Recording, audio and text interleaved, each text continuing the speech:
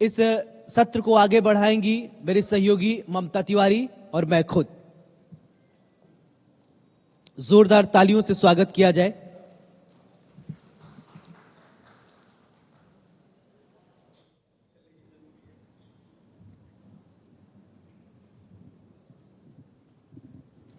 Thank you Saurabh, क्योंकि हम इस तरीके से लगातार हमारे सेशन जारी हैं और ऐसे में आगे सेशंस की ओर बढ़ेंगे और जिसमें हम चर्चा करेंगे अन्य विषयों के बारे में। तो सौरभ शुरुआत करिए। सर, आपके पास, आप गन्ना मंत्री हैं, गन्ना विभाग आपके पास है, किसानों से जुड़ा हुआ सबसे महत्वपूर्ण ये विभाग है। किस तरीके से विकास की जो रफ्तार है वो आगे बढ़ रही है? किस तरीके से हमारे किसान जो हैं धरती पुत्र कहे जाते हैं, अन्नदाता कहे जाते हैं, किस तरीके से आप उन लोगों के ख्याल रख रहे हैं? 2017 के बाद से उत्तर प्रदेश के अंदर जी भारतीय जनता पार्टी की सरकार बनी और भारतीय जनता पार्टी की सरकार बनने के बाद गन्ना किसान जिनकी स्थिति 2017 से पहले बहुत खराब थी, जी 2017 से लेकर के आज तक गन्ना किसानों के लिए सरकार ने बहुत सारे काम किए। जी पहले गन्ने के किसानों का भुगतान लंबे समय तक नहीं होता था। हमने इन 6 सालों में गन्ने का रिकॉर्ड भुगतान करने का काम किया, जी सर, जिससे गन्ना किसानों की उनको समय से भुगतान होना, और गन्ना किसान को जब समय से भुगतान होगा तो निश्चित रूप से किसानों के हित में ये एक बहुत बड़ा कदम हमारी सरकार का। लेकिन जैसे जैसे वक्त बदल रहा है, क्योंकि अभी आप देख रही हैं किसानों को बहुत सारी दिक्कतों का सामना करना पड़ रहा है इस समय की अगर मैं बात करूं, क्योंकि किसान परेशान है। जिस तरीके से बारिश हुई है, फसलें बर्बाद हो गई हैं और इस वजह से बहुत से किसान जो है सड़कों पर आकर आंदोलन भी कर रही हैं। ये जो स्थिति उत्पन्न हो रही है, किसान जो चिंतित हैं, व्यथित हैं, इसको लेकर सरकार का क्या विजन है? किस तरीके से ये कंट्रोल होगा? ये बेमौसम जो बरसात हुई, इसके लिए हमारी सरकार ने, हमारे उत्तर प्रदेश के यशस्वी मुख्यमंत्री परम आदरणीय योगी आदित्यनाथ जी ने फौरन ही संबंधित अधिकारियों को निर्देशित किया कि जहां जहां बारिश हुई है और जो उससे किसानों की फसल का नुकसान हुआ है उसका आकलन करें, और आकलन करके हम लोग उनको धनराशि भी आवंटित करने का काम कर रहे हैं। सरकार ने कह दिया, लेकिन किसानों का ये कहना है कि अधिकारी उन तक पहुंच ही नहीं पा रहे हैं, इसका आकलन ही नहीं हो पा रहा है। ये असमंजस कहां पर आ रही है? क्यों ये विरोध हो रहा है? किसानों के बीच हमारे जनप्रतिनिधि और अधिकारी स्वयं जा रहे हैं। मैं कल खुद भी किसानों के बीच पीलीभीत गया हूं, और अभी मैं इससे पहले अमरोहा गया था, वहां पर भी किसानों के बीच गया हूं। हमारे जनप्रतिनिधि और अधिकारी लगातार मिल करके जो फसल का नुकसान हुआ है उसका आकलन करके सरकार के पास भेजेंगे और फौरन ही उनको जो मुआवजा होगा वो मिलेगा। सर, एक सवाल, और किसानों को एक और प्रॉब्लम ये हो रही है, जब किसान मंडी में गेहूं लेकर अपना अनाज पहुंच रहे हैं तो बहुत सारी ऐसी दिक्कतें आ जा रही हैं कि वहां पर शेड नहीं है, वहां पर ढकने की व्यवस्था नहीं है। तो पहले तो कुछ फसल बर्बाद हुए हैं, कुव्यवस्था की वजह से वहां पर गेहूं में और पानी पड़ने की वजह से गेहूं की फसलें बर्बाद हो रही हैं, और गेहूं में जब नमी हो जा रहा है तो उस तरीके से खरीदारी नहीं हो पा रही है, तो किसान और ज्यादा परेशान है। इसके लिए क्या व्यवस्था की गई? देखिए, 2012 से 2017 तक जी 94 लाख मीट्रिक टन गेहूं की खरीद हुई, जिससे किसानों को 12,800 करोड़ रुपए का भुगतान हुआ। जी 2017 से अब तक 219.12 लाख मीट्रिक टन गेहूं की हम लोगों ने खरीद करी जी, और 40,159 करोड़ रुपए का भुगतान हमने किया, जो कि पिछली सरकार से 4 गुना है। जी किसान के गेहूं का प्रोडक्शन भी ज्यादा हुआ।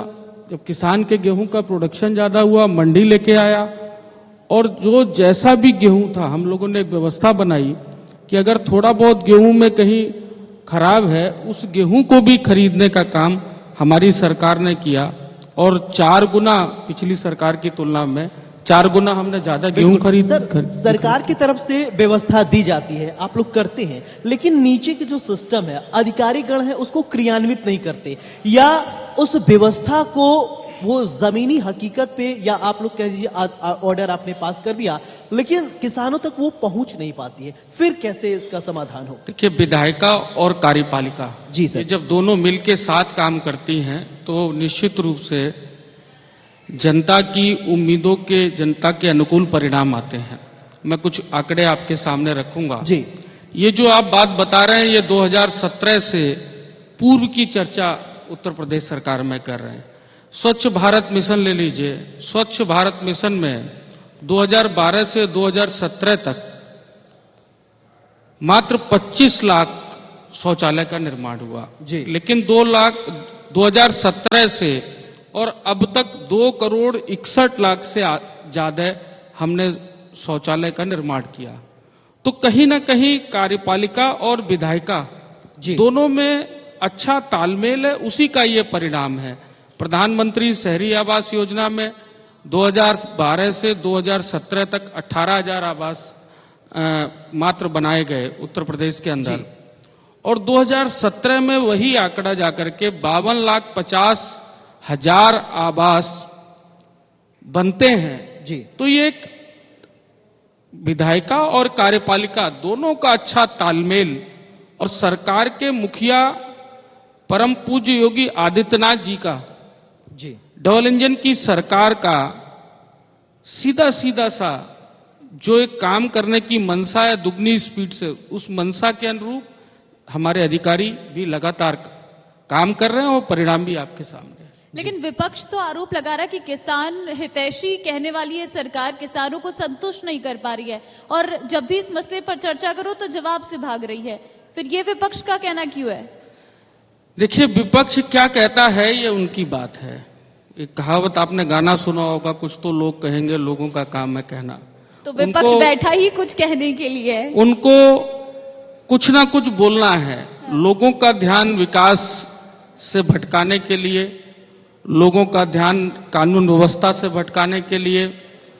अभी उत्तर प्रदेश के अंदर ग्लोबल इन्वेस्टर समिट हुआ, 10 देशों के प्रतिनिधियों ने ग्लोबल इन्वेस्टर समिट में आकर के हिस्सा लिया।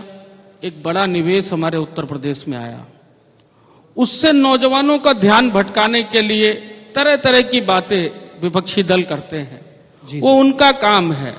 लेकिन हम अपनी सरकार के, डबल इंजन की सरकार के कार्यों को लेकर के जन जन तक जाने का काम कर रहे हैं, और उसका परिणाम भी हमको इस उत्तर प्रदेश और देश की देवतुल्य जनता लगातार भारतीय जनता पार्टी को आशीर्वाद देने का काम कर रही है।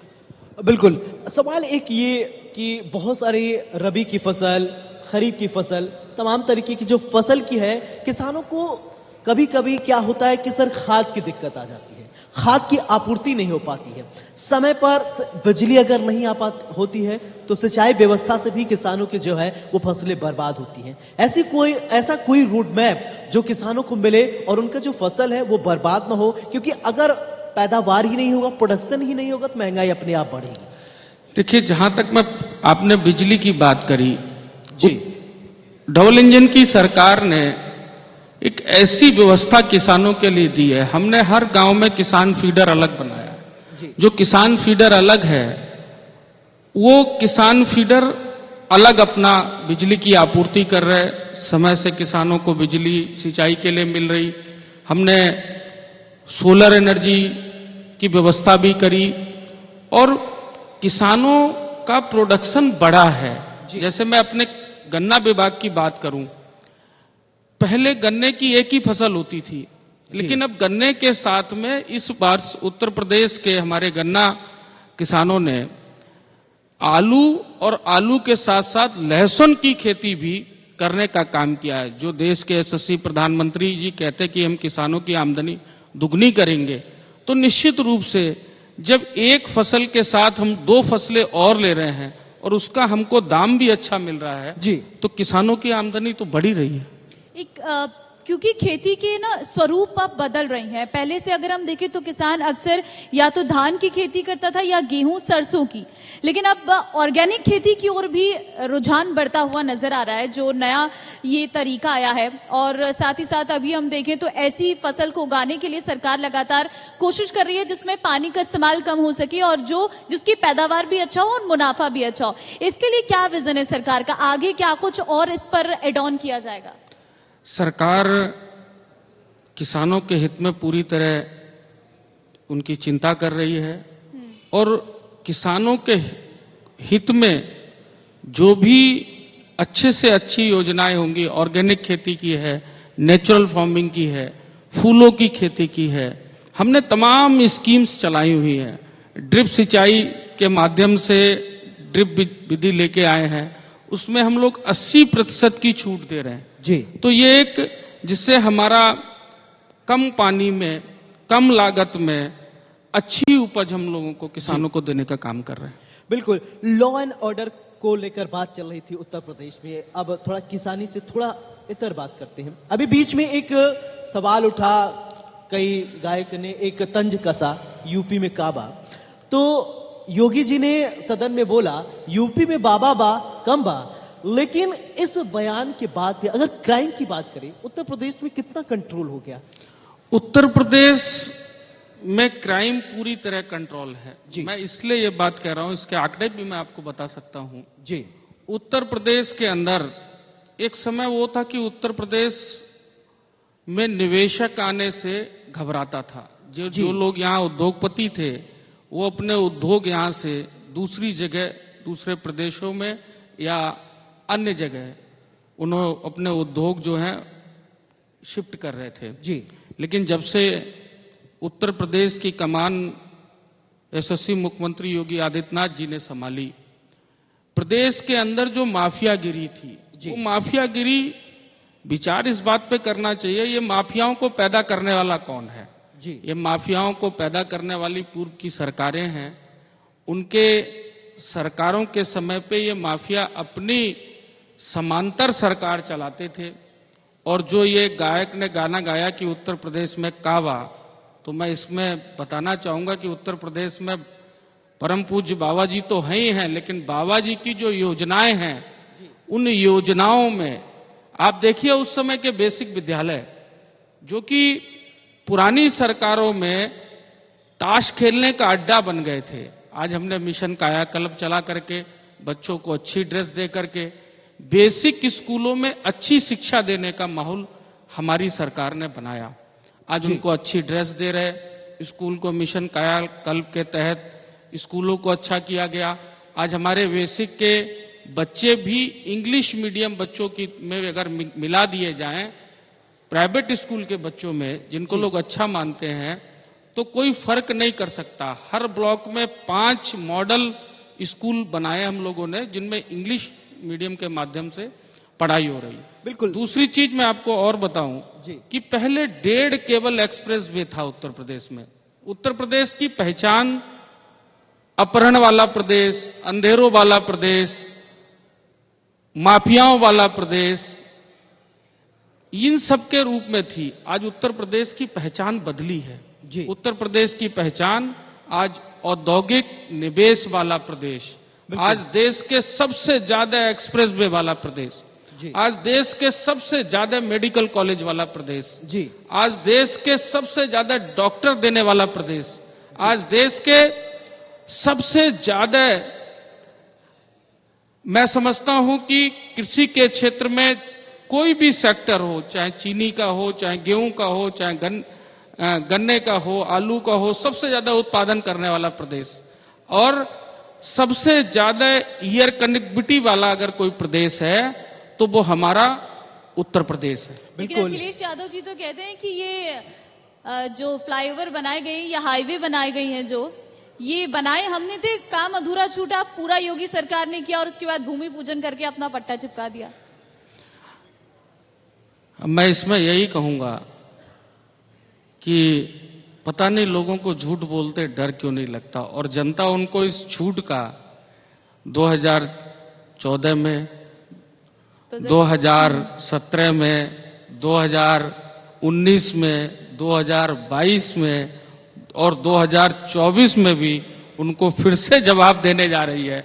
तो अब तो मेरे हिसाब से कि इससे बड़ा कोई प्रमाण नहीं हो सकता। जनता जनार्दन है। 24 में तो एक नया मोर्चा भी तैयार हो रहा है। इससे पहले भी कई मोर्चे बने, महागठबंधन बना जिसमें दो ऐसे दल थे जिनकी कभी दो नदी के दो किनारे थे, लेकिन उत्तर प्रदेश में उनका भी गठबंधन हुआ और उस गठबंधन को भी उत्तर प्रदेश की देवतुल्य जनता ने नकार दिया। उत्तर प्रदेश की देवतुल्य जनता ने डबल इंजन की सरकार के विकास के कामों को स्वीकार किया, तो आज उसका परिणाम भी देने का काम किया। उसके बाद क्या हुआ, उससे पहले दो नौजवानों का गठबंधन हुआ, उस गठबंधन को भी नकार दिया गया। तो ये गठबंधन तो बनते हैं, बिगड़ते हैं, ये नेता नहीं वोट डलाते। ये जो आज देश की 124 करोड़ जनता जागृत हो गई है, ये मोदी जी और योगी जी के मॉडल को पसंद करते हैं। और जब हमारे देश के यशस्वी प्रधानमंत्री किसी भी देश में जाते हैं और वहां पर जब भारत माता की जय का नारा लगता है तो 124 करोड़ हिंदुस्तानियों का सीना गर्व से ऊंचा होता है। बिल्कुल। संजय जी, एक सवाल, ये कहा जाता है कि केंद्र का रास्ता उत्तर प्रदेश से होकर जाता है। 2024 में चुनाव है, उत्तर प्रदेश में तैयारियां जोरों पर है। अगर आपके विभाग की बात करें या आप लोगों की तैयारियों की बात करें, बीजेपी के लिए यह भी कहा जाता है कि बीजेपी जो है एक राज्य में चुनाव जीतने के बाद दूसरे के लिए तैयारी करना शुरू कर देती है। उत्तर प्रदेश को लेकर 2024 में किस तरीके से तैयारियों को क्रियान्वित किया जा रहा है? उत्तर प्रदेश के अंदर 80 लोकसभा की सीटें हैं जी। और उत्तर प्रदेश के अंदर हम लोग इस बार 80 की 80 लोकसभा की सीटें जीतने जा रहे हैं जी। ये मैं नहीं बोल रहा हूं जी, ये मेरे लगभग 52 जिलों में उत्तर प्रदेश के मेरा भ्रमण हो गया है और वहां की जनता बोल रही है कि हमको योगी जी और मोदी जी का मॉडल पसंद है। अमन, चैन, शांति सबको पसंद है। हमारे 6 साल के कार्यकाल में पूरे उत्तर प्रदेश में कहीं एक भी दंगा नहीं हुआ और उत्तर प्रदेश के अंदर हमने कोई भेदभाव नहीं किया। अगर हमने प्रधानमंत्री आवास रामलाल को दिया तो हमने इब्राहिम को भी देने का काम किया। अगर हमने बिजली का फ्री कनेक्शन अनीता जी को देने का काम किया तो फातिमा बहन को भी देने का काम किया। हमने उत्तर प्रदेश के अंदर कोई भेदभाव नहीं किया। एक सवाल ये निकाय चुनाव को लेकर कर लेते हैं। निकाय चुनाव अभी थोड़ा लेट लतीफी हुआ, इस बार आम आदमी पार्टी भी उत्तर प्रदेश में ताल ठोकती हुई नजर आ रही है। एमसीडी के चुनाव में आम आदमी पार्टी वहां पर उत्साहित है और उसको लगता है कि उत्तर प्रदेश में जमीन तलाशा जाए। तो कैसे देखते हैं आम आदमी पार्टी को उत्तर प्रदेश में? कोरोना का टाइम आपको याद होगा, उत्तर प्रदेश की देवतुल्य जनता कोरोना का वो समय नहीं भूली। कैसे उत्तर प्रदेश के नौजवान जो दिल्ली रोजगार के लिए जाते थे और रोजगार से लगे हुए थे, दिल्ली में उनका पानी बंद कर दिया गया, उनके बिजली के कनेक्शन काट दिए गए, उनको राशन नहीं मिल रहा था और इतनी स्थिति एक बार खराब हो गई कि हमारे जो रोडवेज का बस अड्डा है जी, उस रोडवेज के बस अड्डे पे लाखों नौजवान निकल पड़ा उत्तर प्रदेश वापस आने के लिए। उत्तर प्रदेश के यशस्वी मुख्यमंत्री परम आदरणीय योगी आदित्यनाथ जी ने रातों रात बसों की व्यवस्था करके उन नौजवानों को उनके गंतव्य तक पहुंचाने का काम किया। उत्तर प्रदेश ने वो दृश्य देखा है। तो आम आदमी पार्टी के लिए उत्तर प्रदेश में कोई स्थान नहीं है। उत्तर प्रदेश के लोग आम आदमी पार्टी को कभी माफ नहीं करेंगे इस कृत्य के लिए। जी ममता। बिल्कुल। और अगर हम देखें जो इस वक्त तस्वीरें निकलकर सामने आ रही है, ये एक जो नया कॉन्सेप्ट योगी आदित्यनाथ लेकर आए, बाबा का बुलडोजर, ये उत्तर प्रदेश से शुरू होकर अब देश के अलग अलग राज्यों में भी पहुंच रहा है। मध्य प्रदेश में मामा का बुलडोजर भी चल रहा है, लेकिन इस बुलडोजर पे सवाल भी खड़े हो रहे हैं। अब विपक्ष वाले ये कह रहे हैं कि भाई ठीक है, आप अपराधियों पर बुलडोजर चलाइए, उनके परिवार का क्या कसूर है जिनके ऊपर ले जाके सीधे बाबा का बुलडोजर चल जा रहा है। एक साथ कोई क्राइम किया है, 20 लोग और बेघर हो गए। इसका जवाब दीजिए सर। देखिए, उत्तर प्रदेश के अंदर माफिया कोई अकेला आदमी नहीं बनता। अगर घर में कोई बिगड़ता है तो घर में अकेला व्यक्ति नहीं बिगड़ता, गुंडा अकेला गुंडाई नहीं कर सकता, उसके साथ एक गैंग होता है। तो जब तक गैंग का सफाया नहीं होगा, और गैंग का सफाया करने पे संविधान और कानून को मानते हुए उत्तर प्रदेश में कानून के साथ कोई भी खिलवाड़ करेगा जी, वो किसी भी हालत में बर्दाश्त नहीं होगा। और माननीय मुख्यमंत्री जी योगी आदित्यनाथ जी का कहना है कि हम माफिया को मिट्टी में मिला देंगे।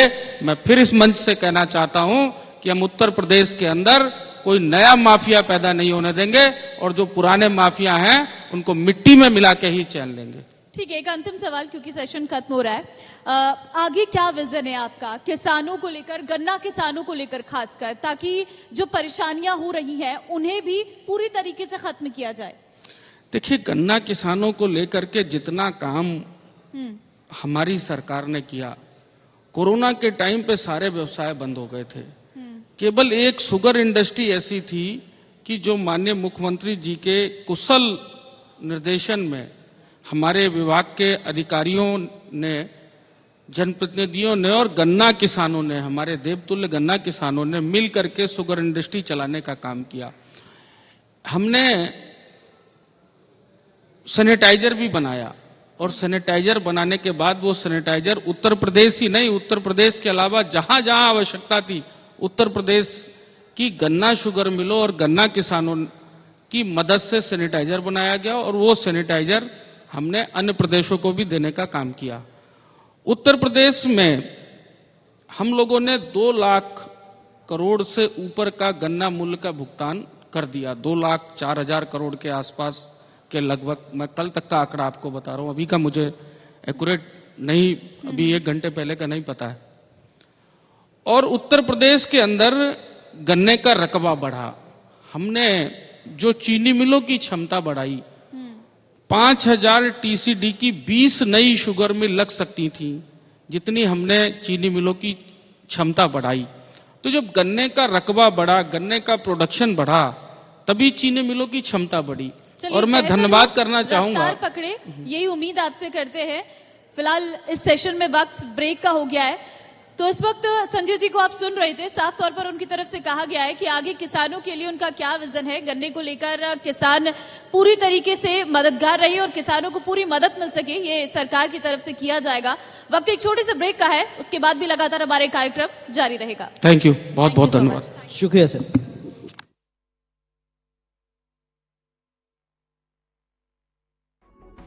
पावर्ड बाय नॉरिश, न्यूट्रिशन का वादा। Associate sponsor SRMS, Shri Ramamurti स्मारक institutions Bareilly, future group of institutions, learn, assimilate, transcend, KCMT Khandelwal college, top education brand, dream, achieve, inspire, SSVIM, Shri Siddhi Vinayak